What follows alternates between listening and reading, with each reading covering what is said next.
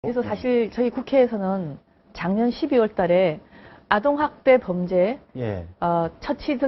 처리 등에 대한 특별법이 만들어졌습니다. 그게 이제 9월에 시행된다는 시행되는 그 법인데요. 예. 사실 그 법이 미리 잘 시행이 됐더라면 이번에 같은 경우에 우선 이런 경우 부모의 친권을 중재할 수 있는 권한을 검사가 갖게 되는 거고요. 그리고 반드시 하게 돼 있습니다. 청구하기를. 그다음 또 하나는 아이를 위험 상태에 두지 않고 보호 조처를 할 수 있는 것이 법원 단계, 경찰 단계, 검찰 단계 다 있게 만들었습니다.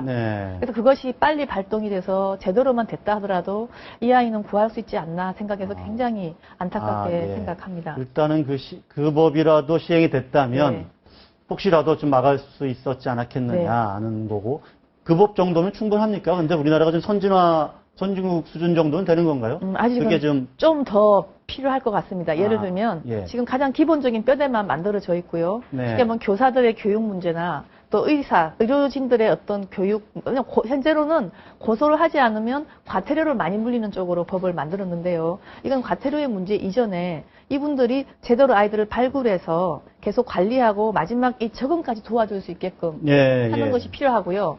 또 한 축에서는 이 아이들은 결국 어떤 경우에는 자기 친부모와 살 수 없게 됩니다. 그럼 이 아이들 어디를 가야 됩니까? 외국 같은 경우에는 가정 양육이라 그래서 많은 가족들이 다른 가족에서 많이 아이를 키워주기도 합니다. 정부에서 돈을 대고. 그런데 우리는 사실 아직까지 이런 부분이 너무 약합니다. 그래서 이 아이들이 과연 부모랑 분리가 됐을 때 사회에서 얼만큼 안전하게 아이들을 기르러 주실 것인가. 그게 참 중요할 것 같아요. 같이 결국은 이제 또 부모가 내가 키우겠다고 하면 그러면 부모가 조금 좀 개과천선해서 아이를 키우겠다고 하니 다시 그냥 키우도록 해주는 쪽으로 가잖아요, 우리는. 근데 그거는 사실 또 다른 학대를 또 만들 수도 있고 부모를 확실히 치료를 하지 않은 다음에는 힘들 거거든요. 계속 같이 있으면 또 비슷한 일이 또 발생하고. 그랬을 때 저는 결국은 우리의 사회에서 제일 지금 부족한 부분이 결국 이 아이들의 적응을 도와주는 가정과 학교와 지역 사회로 돌아왔을 때 과연 우리가 뭘 해줄 수 있느냐 하는 부분을 생각을 하면 저 갈 일이 정말 한참 남아 있습니다. 이런 사회적인 어떤 시스템도 그리고 문화도 선진화가 돼야 되고, 근데 지금 또 법적인 문제도 많이 논란이 되고 있습니다. 양형 문제가 있죠. 계모에게 이제 검찰은 20년 상해치사죄를 적용해서 20년 구형을 했는데 이걸 왜 상해치사죄를 적용을 하느냐 막 이런 논란도 많거든요. 그건 어떻게 보세요? 그거는? 작년 울산 같은 경우에는 유사한 사건에서 살인의 고의를 인정해서 살인죄로 기소를 해서 무기징역이 난 거고요. 외국의 경우에도 대부분 이 정도 되면은 살인죄로 납니다. 그래서 무기징역이 다 났습니다. 영국이나 독일, 미국에서는 굶기고 아이가 방치해서 사망한 경우에도 무기징역이 납니다. 그래서 그런 예에 비춘다면은 이번에 같은 경우에 검찰이 구형한 것이 상당히 약할 수 있습니다. 이것을 그냥 살해의 의도는 없는 걸로 봐서 상해치사로 보고 다시 징역 20년을 구형한 거거든요. 실은 그래서 이것은 조금 더 아이의 문제를 심각하게 본다면 더구나 이번에는 더 끔찍하게 애가 죽는 장면을 막 동영상에 찍고 굉장한. 그러니까 그거는 또 무슨 심리로 봐야 됩니까? 그걸 또 찍어서 보여줬잖아요. 그래서 아버지가 그렇게 하셨다고 하는데 정상은 아니죠. 그래서 이 아이가 받았을 그런 심적인 어떤 고통이나 또 실제로 얼마나 무서웠고 위험한 상황입니까? 그렇게 정신이 없이 하시는 상황에서 아이를 때리고 하면은 당연히 몸에 상처가 나서 죽을 수 있다는 건 누구나 알 수 있기 때문에 저는 당연히 이 구형량은 늘어나는 게 맞다고 생각을 합니다. 그런데 뭐 검찰은 어쨌든 뭐 살인 고의성 부분은 뭐 인정하지 않고 때려서 죽음에 이르게 했다. 요거까지만 지금 적용하겠다는 거 아닙니까?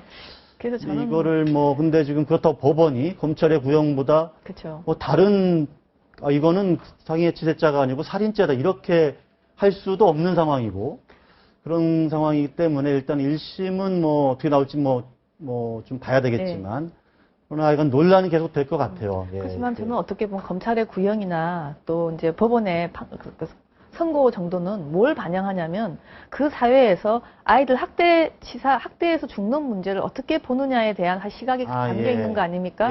그런 점에서 저는 아직까지 이 검찰이나 재판부에서 좀 이런 부분이 있다는 것 자체가 아직은 아동학대가 얼마나 끔찍한 일인지 또 아이들 입장에서 그냥 죽는 것보다도 훨씬 더 가슴 아프게 죽는 겁니다. 여러 수천 번 죽는 거와 유사하거든. 마음은 이미. 영혼은 떠나 있는 애들도 많이 있습니다. 그랬을 때 우리가 과연 이런 것을 대한민국 사회에서는 어느 정도의 정말 문제라고 생각하느냐에 대한 시각의 반영이거든요. 그런 면에서 저는 국민의 법 감정이 한참 못 미친다고 생각을 합니다.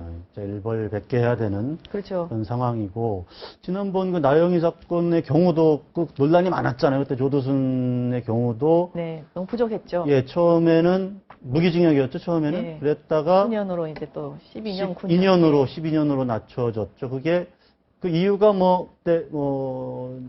약물, 술 마시고. 음주 감경 때문에 예. 논란이 됐었죠. 그러니까요. 예. 그래서 지금은 또 이제 아동 성폭력 문제에 대해서 음주 감경 오히려 안 하고 가중을 더 해야 된다는 입장으로 돌아섰기 때문에. 네. 실은 어떻게 이후에 보면 이제 조금 바뀌긴 했죠. 그렇죠. 이런 희생을 어떻게 보면 토대로 우리 사회가 조금씩 선진화되는 면은 확실히 있습니다만은 이번에 아동 학대 이번에 이제 사망에 대한 부분은 당장 울산만 하더라도 그게 사형이 됐는데 이렇게 됐다는 거는 조금 납득이 안 가죠. 네.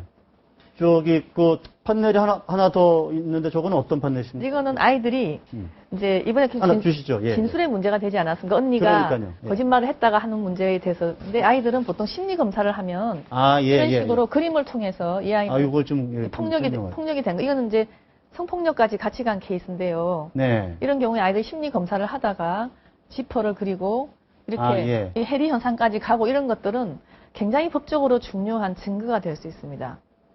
이게 마음의 상처로 남는 거에 대해서는 지금 여기다 굳이 지퍼를 그려놓은 거군요, 여기다가. 이상한 거죠. 아이들 보고 남자 그림을 그리고 있는데 이게 아마 가해자가 연상이 됐을 겁니다. 그렇죠. 그래서 바로 이렇게 지퍼를 내렸던 기억이 나면서 아이가 심각한 해리 현상에 빠지고 특히 이제 이빨을 그리는 건 공격성을 의미하고요.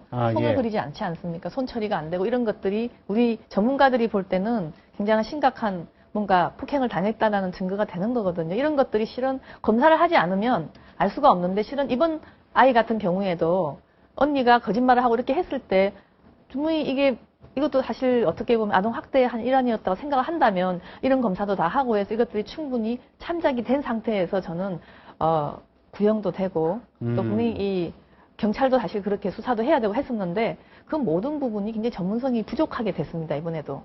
제가 더 자세히 봐야겠지만 그랬을 때 저는 그래서 제도적으로 지금 현재 국회에서 있고 우리 또 여당의 입장에서 지금 현재 아동학대 이제 그 TF 같은 걸 구성해서라도 꼭 제대로 할 수 있도록 제도를 촘촘히 만드는 과정에 저는 아이들의 이런 문제를 전문적으로 보완할 수 있는 시스템과 예산을 좀 마련해야 되지 않을까. 법과 따로라도 생각하고 있습니다.